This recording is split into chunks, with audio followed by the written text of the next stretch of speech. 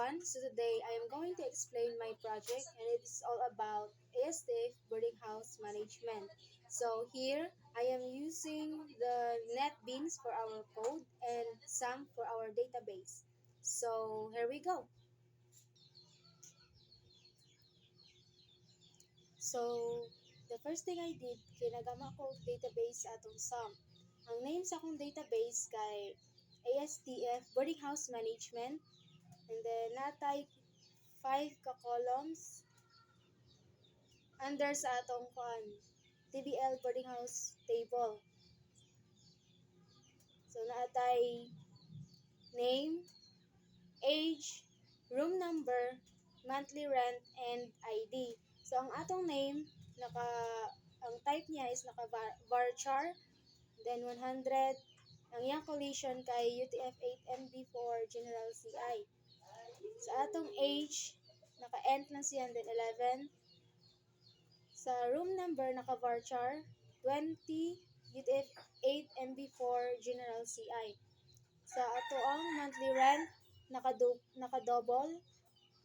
Then, sa ID, naka-int 11, tapos naka-auto increment. So, maani ang kuan sa atong database. So, let's go to our code.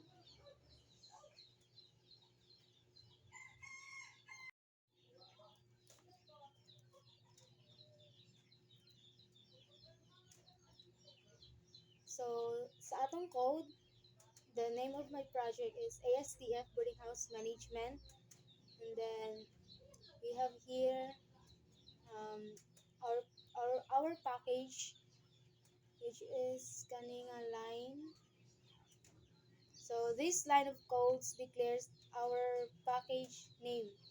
And then, next, we have import statements. So, first, let's have import javax.swing. So this line of code is um, this is for building the graphical user interface. Then next, import javax swing table default table model. So this line of code is for managing the data inside the table. And then next is kaning import java.out.event. So this line of code is for handling user actions like clicks. Then next we have import java.sql. So this line of code is for our database connectivity or katong dito mo connect sa SAM. So next, proceed ito sa atong main class of GUI components. So let's have first our main class. So this is our main class. And then ato siyang gipanganlan of ASTF boarding house management.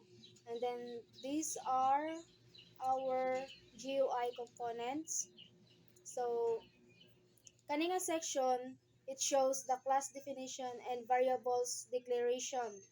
So kaning these variables represents the main windows. So the main windows is this line of code, kaning frame.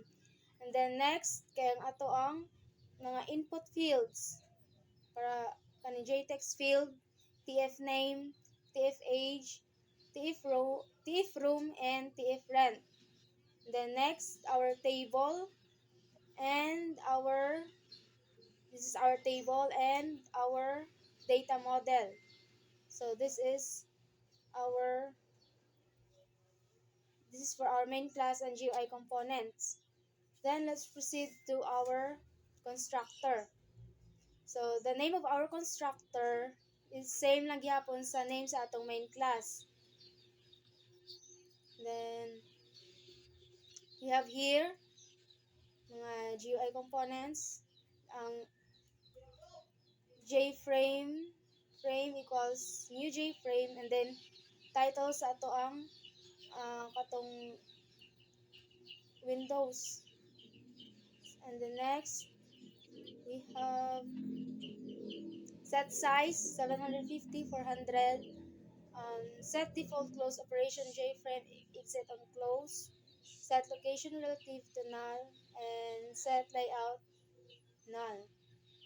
Then let's proceed sa labels and text field. So first, naatay para sa name, text field para sa atong name, and then same age, sa room, o sa rent. So, maon ni sila ang mga labels for our kuan, for our data. So, pag-input natin sa data. And then, let's proceed sa mga buttons. So, kani. Mao ni ang para sa atong mga buttons. So, naatay button for add. Mag-add tag ka ng mga data sa atong table o sa atong database. Update, delete, and clear. So, mao tay atong pambinuton if natay i-add, i-update, or i-delete sa ato ang mga data. And then, makita na po nato ang result dito sa atong database.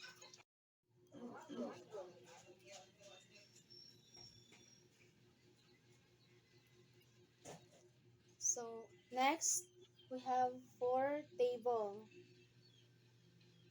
Then, kani nga section, kay nag-initialize ni siya sa table model. So, kani atong variable name, then new default table model, then array, kaning names, kaning ID, name, age, room, and rent kay para ni sa katong murag at sa babaw murag label niya dito sa babaw sa atong table. And then scroll pane if daghan ganing data, and then frame.add scroll pane. Then kaning section is used to display all the borders from the database. So, mo para sa table.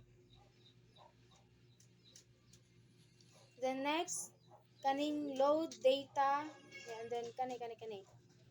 So, this line of code kay it calls a custom method to load all border sa atong na record. So, katong nasa database, ma-record sa diri sa ato ang table kung unsa tong nasa database. So, murag ma-call out sa ang result. So next, let's have event listeners for our action buttons. So, this section of codes, it shows how an action listener is attached to a button. So, this mean nga kani nga section sa code, each line ani kay kanang once nga atong i-click ang button, ang kani nga each line ani kay ma-correspond or ma-trigger, so maotoy makapa-effect sa katong ato ang button. Next, let's have table row click event populate fields. So, ano siya, mouse click on table row. So, this section of code kay it shows how the app responds when the user clicks a table row. So, for example, sa atong table, kani mo ang atong table. And then, let's try to add data aron masakitan.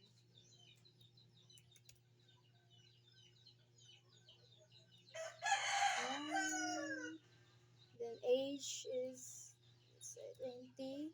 rent 850, then try na to add, then so na to if kani sa kani nga mouse click on table row, once na imo ni siyang i-click na ma-click siya, then pwede na siya natong i-update.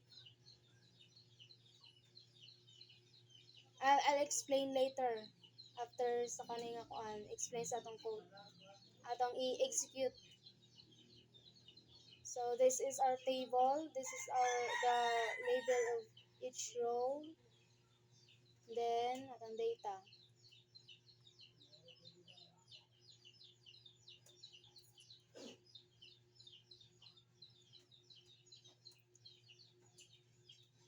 So this one.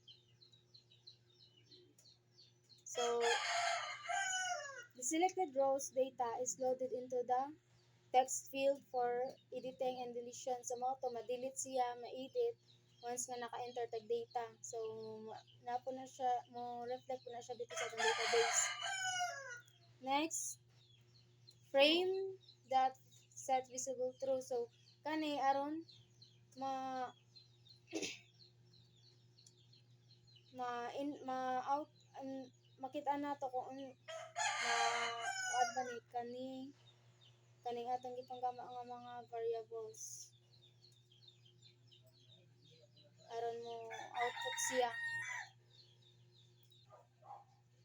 So next, kaning load data from MySQL to JTable. So